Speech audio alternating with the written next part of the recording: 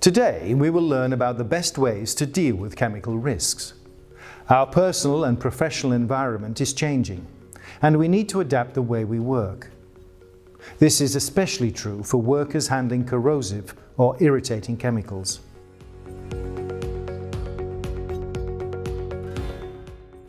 In this video, we will look at the right behaviors to adopt when working with chemicals.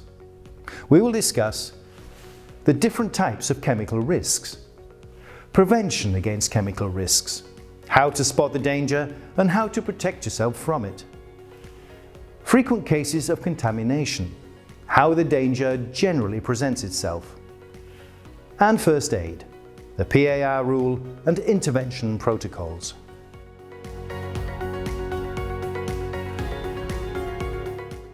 We will start with the different chemical risks. First of all, the risk of inhalation. Breathing a chemical product can lead to irreversible sequelae, or even chronic diseases in the short, medium or long term. Next, there is the risk of ingestion. Absorbing a chemical product generates an internal chemical burn and multiple complications. This often requires surgery. Finally, there is the risk of a chemical splash or contamination to the eye or skin. Being splashed with a chemical product in the eye or on the skin can also cause serious sequelae.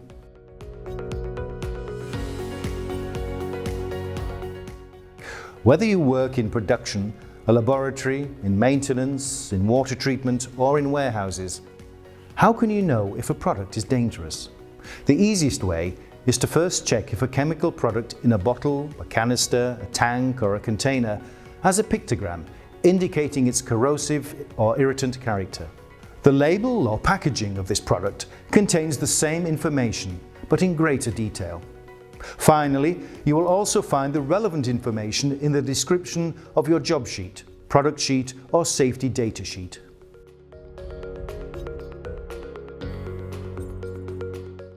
A series of recommendations can help you to protect yourself from contact with chemicals.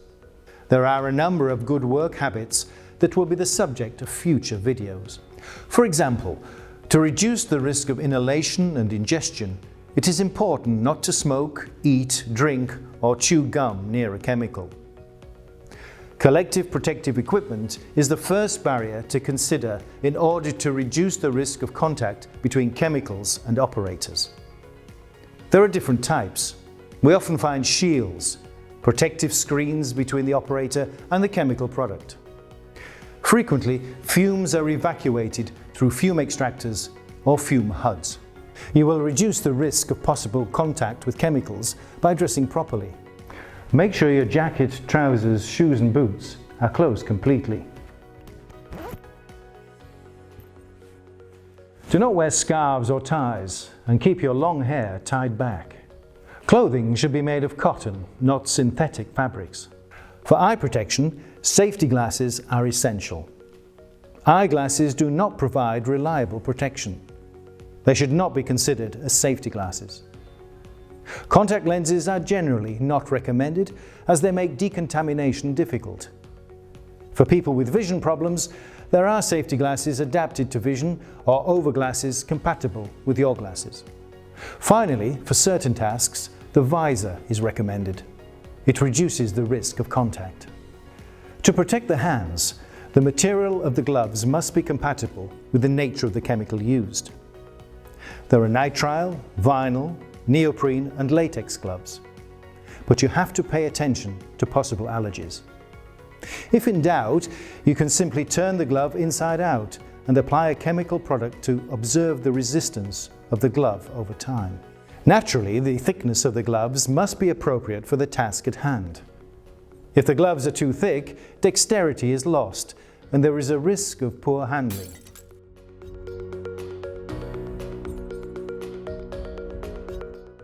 This was an example of inadequate PPE. Sometimes the protective equipment is defective and leads to risks. For example, a hole in the gloves, no matter how small, leaves a surface that can be contaminated. The same goes for gloves that are too short or rolled up. The part between the wrist and the sleeve of the clothing has to be covered by the gloves. When wearing boots, the trousers cannot be put inside the boots. The liquid chemical can run down the trousers and end up in the boot. Safety glasses should also protect the eye from a possible drop from the forehead. Sometimes the working conditions are restrictive.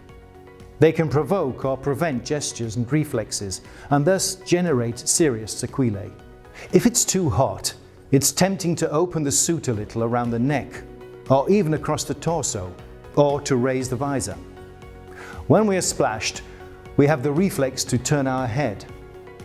Thus, you can expose yourself to a lateral contamination, whereas the visor would have protected your face from a facial projection. Did you know that we touch our face about 250 times a day without realizing it? Touching your face with a glove that has residue on it is dangerous.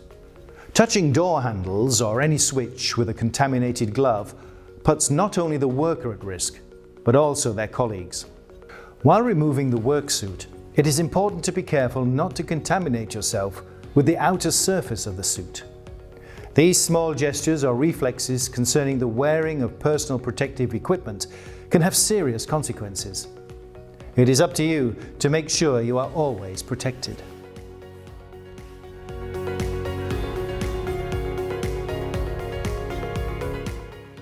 Despite all these precautions, there is no such thing as zero risk. It is possible that you will face a chemical contamination. How to act in this case?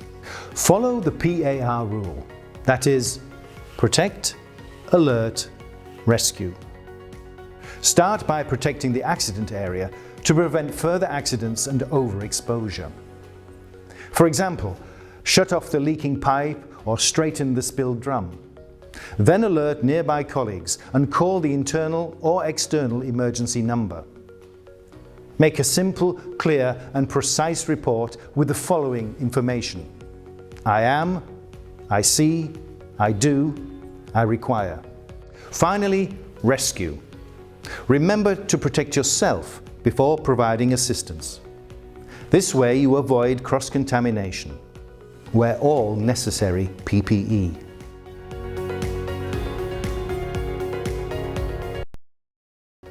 The intervention protocols are different for each type of accident.